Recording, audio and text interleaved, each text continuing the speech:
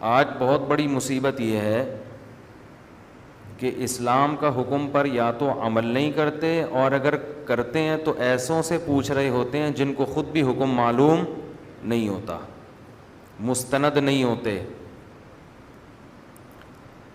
پھر بحث بھی کرتے ہیں فضول۔ اگر کسی مستند عالم سے رابطہ کریں تو پھر اس کی رائے کو مانتے نہیں ہیں۔ بھی میں ایک کلپ دیکھ رہا تھا، ایک جامعۃ الرشید کے ایک مفتی ہیں، ان سے کسی نے مسئلہ پوچھا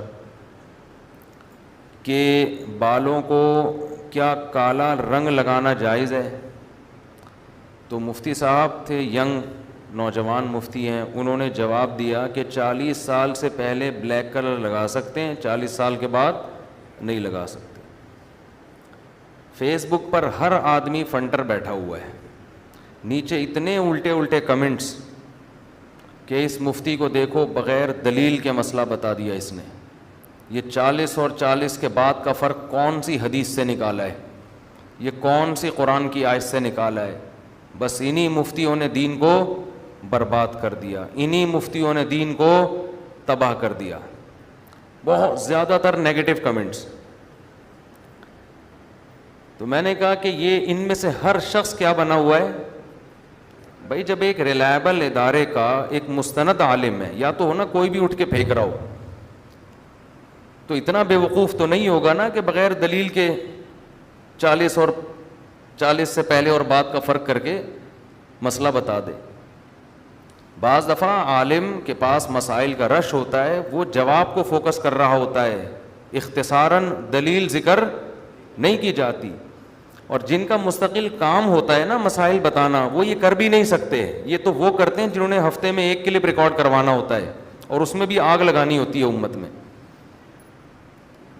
جو صبح و شام یہ کر رہے ہیں کام، تو اس کے لیے عوام کے لیے اتنا کافی ہے کہ کسی مستند دینی ادارے سے فارغ ہے یا نہیں، اور دینی ادارے کا مستند ہونا بھی اچھی طرح پہلے تحقیق کرے، کیسے لوگ ہیں، کیا کرتے ہیں، کیا سلیبس پڑھایا جاتا ہے۔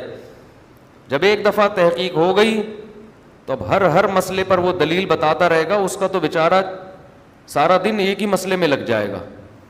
بالکل اس کی مثال ایسے ہے جیسے کلینک میں کوئی مستند ڈاکٹر بیٹھا ہو، تو آپ یہ تحقیق تو کرتے ہیں کہ یہ کسی اچھے ادارے سے ہے یا نہیں ہے، بلکہ یہ بھی پوچھتے ہیں کہ بھائی تم آج کل کس ہاسپٹل میں ہو۔ وہ اگر کہ میں آنکھ خان میں ایک سینئر ڈاکٹر ہوں، آپ آنکھ بند کر کے علاج کراتے ہو، یار ایک ریلائبل ادارہ ہے۔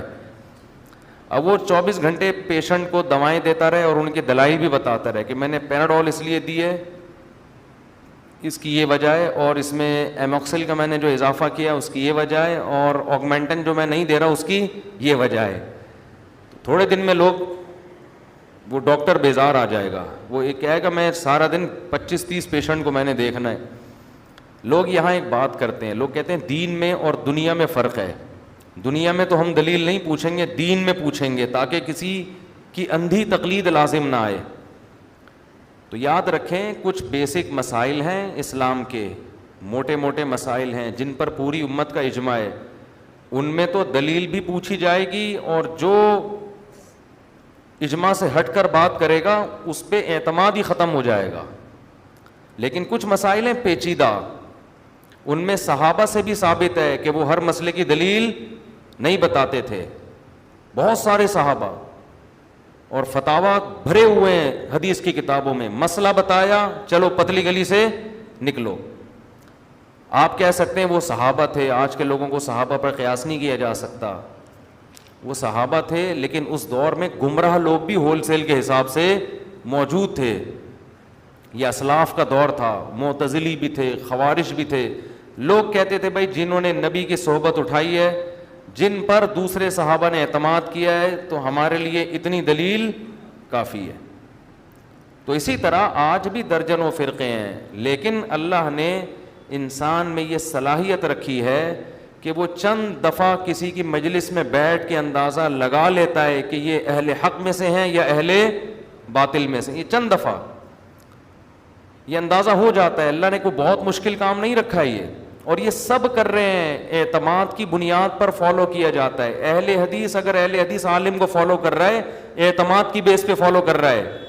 ہر مسئلے کی نہ اہل حدیث عالم دلیل بتاتے ہیں، اور اگر دلیل بھی بتاتے ہیں تو ادھوری، پوری کوئی نہیں بتاتا, کیونکہ پوری دلیل اگر آپ بتائیں گے نا تو اس طرف کی بھی اور پھر اس طرف کی بھی, پھر دونوں طرف کی دلیلوں کے بعد کس کس مفتی نے, کس کس مجتہد نے کس رائے کو کن ترجیحی بنیادوں پہ فالو کیا, وہ تمام دلائل آنے چاہیے. ایک مسئلہ بتانے میں کم سے کم 24 گھنٹے لگیں گے, اور پھر بھی مستفتی کنفیوز ہو کے جائے گا, وہ ایک رائے لے کے نہیں جائے گا, وہ کہے گا مجھے سمجھ میں نہیں آ رہا کس کی رائے صحیح ہے اور کس کی رائے غلط ہے. نتیجہ آخر میں یہ نکلے گا. تو فروعی اختلافی مسائل میں جس پر اعتماد ہو, ہاں اعتماد جلدی قائم نہ کریں. تو میں وہ بتا رہا تھا کہ انہوں نے کہا کہ 40 سال سے پہلے کالا رنگ لگا سکتے ہیں, 40 سال کے بعد نہیں لگا سکتے. فیس بک پہ کمنٹس کی بھرمار, یہ مفتیوں نے لوگوں کو اندھا مقلد بنایا ہے, ان مفتیوں کو دیکھو, حدیث کا حوالہ نہیں دیا کوئی حدیث. ہر مسئلے پہ حدیث تلاش کرنا, ہر مسئلے پہ حدیث کا مطالبہ کرنا انسان کے پرلے درجے کے جاہل اور ایک نمبر کے گدھے ہونے کی دلیل ہے. یہ کروڑوں مسائل ہیں اسلام میں, حدیثیں ہمارے پاس کروڑوں نہیں, حدیثیں صحیح حدیثیں ہزاروں ہیں. تبھی تو قیاس, اجتہاد یہ اسلام میں ایک مستقل دلیل سمجھی گئی ہے. دیکھو آپ صلی اللہ علیہ وسلم نے معاذ ابن جبل کو یمن کا گورنر بنا کے بھیجا, فرمایا بتاؤ تم کس پہ فیصلہ کرو گے؟ انہوں نے فرمایا قرآن پہ. پہلے مسئلہ کہاں دیکھوں گا؟ قرآن میں. نبی نے فرمایا قرآن میں نہ ملے تو فرمایا آپ کے قول سے, حدیث سے. فرمایا اس سے بھی نہ ملے, فرمایا اجتہاد کروں گا. اس سے پتہ چلتا ہے ہر مسئلہ حدیث میں بولتے کیوں نہیں ملے گا, ہر مسئلہ قرآن میں نہیں ملے گا. مسائل تو لاکھوں کروڑوں ہیں, حدیثیں ہزاروں ہیں, کروڑوں نہیں ہیں. تو ان سے استنباط کرنا پڑے گا, اخذ کرنا پڑے گا حدیثوں سے, اور یہیں سے تقلید بھی ثابت ہوتی ہے. نبی نے یمن کا گورنر معاذ ابن جبل کو بنا کے بھیجا, فرمایا کہ تم جب ان کے درمیان فیصلہ کرو گے تو کس سے؟ فرمایا قرآن سے. تو کیا مطلب یمن کے لوگ آپ کو فالو کریں گے کہ نہیں کریں گے؟ یا یمن آپ یہ فرما دیتے یا رسول اللہ میں فیصلہ کروں گا ہی نہیں, میں ان سے کہوں گا میری تقلید مت کرو, میری اتباع مت کرو. اتباع تقلید ایک ہی چیز کے دو نام ہیں, یہاں بھی گھماتے ہیں ادھر سے, اتباع یوں ہے تقلید یوں ہے, فلاں کتاب میں. قرآن و سنت کی اصطلاح میں, قرآن و سنت میں تقلید اور اتباع میں کوئی فرق ہی نہیں ہے. یہ جو کہتے ہیں نا اتباع وہ ہوتی ہے جو دلیل سے ہو, دلیل سے جب اتباع ہوگی نا کسی کی تو وہ دلیل کی اتباع ہوگی, اس بندے کی اتباع نہیں ہوگی. یہ تھوڑی سی سینس ہونی چاہیے انسان میں. یہ کہتے ہیں جب کسی دلیل سے کسی عالم کو فالو کرو تو یہ عمل اتباع کہلاتا ہے, بغیر دلیل کے فالو کرو تو یہ عمل تقلید. او بھائی جب دلیل سے کسی کو فالو کرو گے نا تو وہ دلیل کو فالو کرنا کہلائے گا, بندے کو فالو کرنا نہیں کہلائے گا. بندے کو تو جب ہی فالو کیا جاتا ہے جب آپ کے پاس دلیل نہیں ہوتی, آپ کہتے ہو یہ زیادہ پڑھا لکھا ہے تو چلو اسی کو فالو کر لیتا ہوں, میرے پاس علم نہیں ہے تو جس کے پاس ہے اس کو فالو کر لو. تو کہاں سے کہاں جلدی سے سمیٹ کے میں موضوع کی طرف آتا ہوں. تو کیا بات کر رہا تھا میں؟ معاذ ابن جبل کو جو نبی نے کہا نا یمن کا گورنر, تو جو یمن کے جو لوگ تھے انہوں نے معاذ ابن جبل کو فالو کرنا تھا. ان میں ہر شخص قرآن اور حدیث میں نہیں گھسے گا, کیونکہ ان کو سب کو علم نہیں ہے. علم نہیں ہے تو وہ کس کی تقلید کریں گے؟ معاذ ابن جبل کی. اور معاذ ابن جبل اپنی ذمہ داری پوری کریں گے, ان کے پاس علم ہے لہذا وہ قرآن میں دیکھیں گے, نہیں ملا حدیث میں دیکھیں گے, نہیں ملا کیا کریں گے؟ اجتہاد. اور جو اجتہاد کریں گے عوام اس پہ اعتراض نہیں کرے گی, عوام اس اجتہاد میں ان کو فالو کرے گی. عوام میں ہر اجتہاد, ہر ایک اجتہاد نہیں کرے گا. سمجھتے ہیں کہ نہیں سمجھتے؟ عوام میں تھوڑی ہر ایک بیٹھ کے اجتہاد کرے گا. عوام نے ٹماٹر بھی بیچنے, عوام نے پیاز بیچنے, عوام نے وہ انگلش لینگویج ٹیچر بیٹھے ہوئے ہیں انہوں نے انگلش پڑھانی ہے اینگلو فائل میں, ٹھیک ہے نا. ہر آدمی اگر تحقیق اس طرح سے کرنا شروع کر دے, فروعی عقیدے میں نہیں, اجماعی مسائل میں نہیں, باریک فروعی اختلافی مسائل میں ہر آدمی کرے گا, تو یہ اول تو ایسا کرے گا نہیں. ہر آدمی جھوٹ بولے گا کہ میں کر رہا ہوں حالانکہ کر نہیں رہا ہوتا, وہ تقلید ہی کر رہا ہوتا ہے. اور اگر کرے گا تو پھر اور کسی کام کا وہ نہیں رہے گا. تو اندھی تقلید یہ ہوتی ہے کہ جس آدمی کے برحق ہونے کی دلیل نہیں ہے اس کے پیچھے چلو, یہ اندھی تقلید ہے. جیسے قرآن کہتا ہے کہ جب ان سے کہا جاتا ہے کہ اللہ رسول کو فالو کرو تو یہ اپنے باپ دادا کو فالو کرتے ہیں, حالانکہ ان کے باپ دادا عقل نہیں رکھتے اور نہ علم ہے ان کو. تو قرآن ہی سے پتہ چل رہا ہے کہ اگر کسی کے پاس علم بھی ہے عقل بھی ہے اس کو فالو کرنا عین مطلوب ہے, قرآن کا حکم ہے. تو ہم جو مجتہدین کو فالو کرتے ہیں, ابو حنیفہ, شافعی, مالک, احمد حنبل, یہ نہ تو بے عقل تھے اور نہ کم علم. ان کے ہاں ان میں علم آج کے مولویوں سے زیادہ, ان کی عقل آج کے مولویوں سے زیادہ. ان کو فالو کر کے جو ان کو فالو کر رہا ہے اس پر قرآن کی یہ والی آیتیں فٹ کرنا جو مشرکین کے باپ دادا کے لیے نازل ہوئیں, یہ آیتیں فٹ کرنا یہ اندھی تقلید ہے اپنے باپ دادا کی.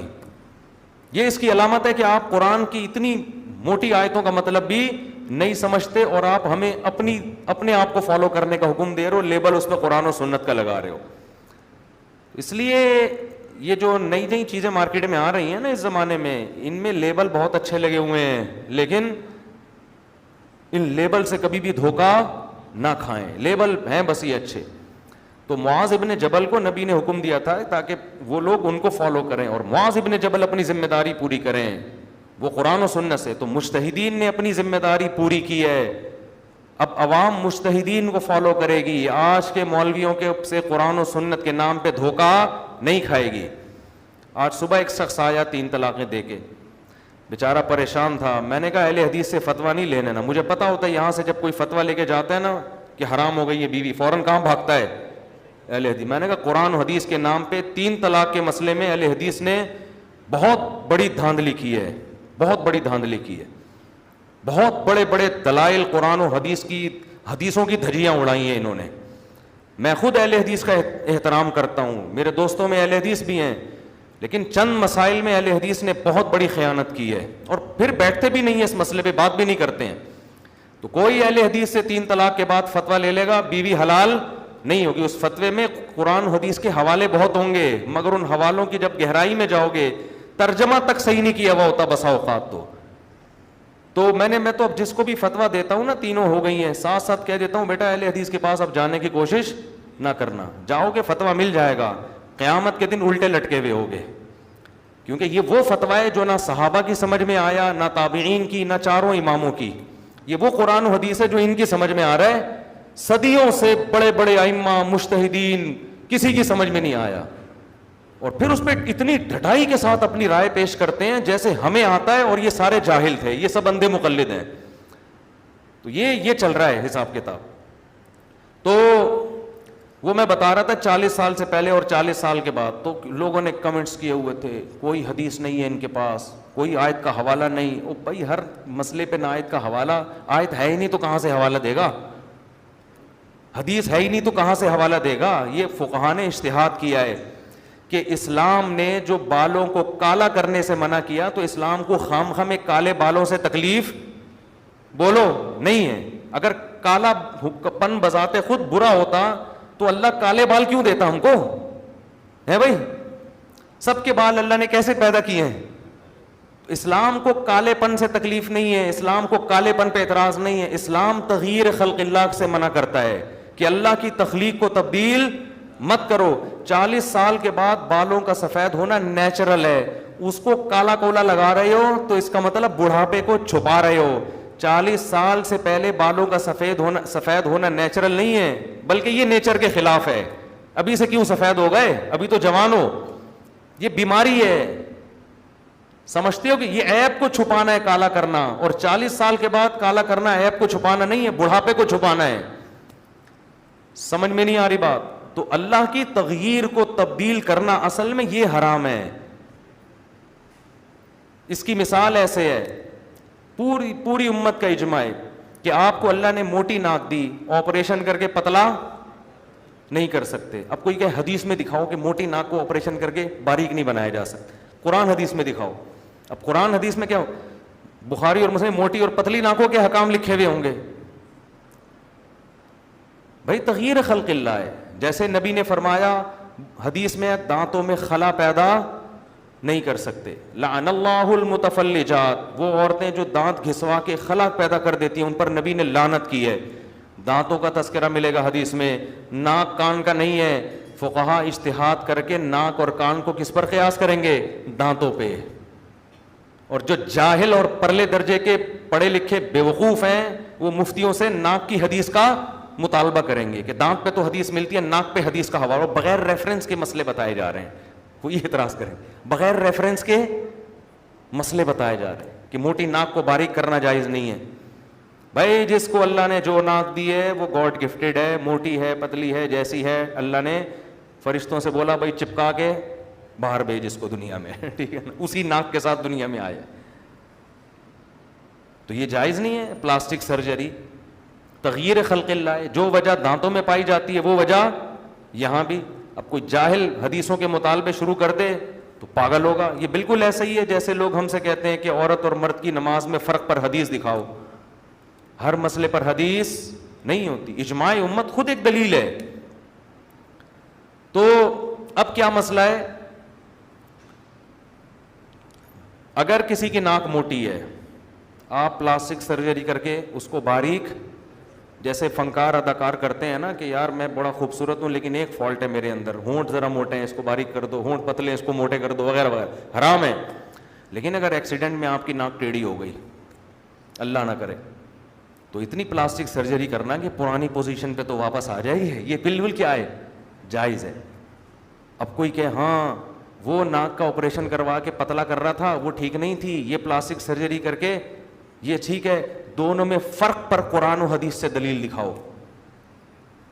کوئی دلیل قرآن و حدیث سے نہیں دکھا سکتا. ہم یہ کہیں گے کہ حدیث میں جو منع ہے نا دانتوں میں خلا پیدا کرنا، وہ اس لیے کہ تغییر خلق اللہ، اصل حکم ہے اللہ کی بنائی ہوئی تخلیق کو تبدیل نہیں کرو. تو نارمل کنڈیشن میں کوئی ناک کا آپریشن کرا کے باریک کرتا ہے، یہ اللہ کی بنائی ہوئی تخلیق کو ٹیڑھا میں تبدیل کر رہا ہے. اور جو آدمی کا ایکسیڈنٹ ہوا تھا تو جس بائک نے اس کی ناک کو ہٹ کیا تھا نا، تبدیل تو اس نے کر دی تھی تخلیق، ٹھیک ہے نا. یہ ڈاکٹر تبدیل نہیں کر رہا، تبدیل اس نے کی تھی جس نے ٹکر ماری ہے اس کے، جس بیل نے قربانی کے دنوں میں ٹکر ماری یا کسی بندے نے ٹکر، تبدیل اس نے کی ہے. یہ تبدیل کو واپس سیٹنگ پہ لے کر آ رہا ہے اپنے. تو سیٹنگ پہ لانا جائز ہے، چینج کرنا جائز نہیں ہے. تو یہ اجتہاد فقہا کرتے ہیں جن کو اللہ نے کھوپڑی دی ہے. اور جو اس دور کے پڑھے لکھے جاہل ہیں جنہیں بس طنز کرنا آتا ہے، وہ اتنے طنز کیے ہوئے تھے نا مفتی صاحب پہ، ابے یہ اندھے مقلد لوگ، ابے یہ ایسے، ابے دیکھو حدیث کا حوالہ نہیں، ابے حدیث کا حوالہ نہیں، پاگلوں والی باتیں. ہاں بہت سے لوگ ایسے بھی ہیں جو واقعی بہت بڑے پھینکو بھی ہیں، وہ پھینکے جا رہے ہیں. ان سے تو دلیل کا مطالبہ کیا جائے گا، ان سے تو پوچھا جائے گا بھائی تو کہاں سے لا رہا ہے بھائی حضرت علی حضرت عیسیٰ کو آسمانوں پہ اٹھا لیا، یا خام خواہ میں جو اجماع امت کے خلاف مسائل ہیں بتاتے چلے جا رہے ہیں. تو وہ لوگ اکثر ریلائبل ہوتے ہی نہیں ہیں. وہ اپنے طور پر جیسے عطائی حکیم ہوتے ہیں، عطائی ڈاکٹر ہوتے ہیں نا، اس طرح وہ بھی ہوتے ہیں. تو فتنوں کا دور ہے، اللہ حفاظت میں رکھے ان کم بختوں سے. اچھا بھائی، تو اللہ نے حکم دیا کہ اللہ اس کے رسول سے آگے مت نکلو. پہلا حکم سورہ حجرات میں یہ دیا گیا. تو جب بھی شریعت کا حکم سامنے آئے اپنی رائے کو تبدیل کر دیں. بھائی اللہ اس کے رسول کا حکم ہے، بس سر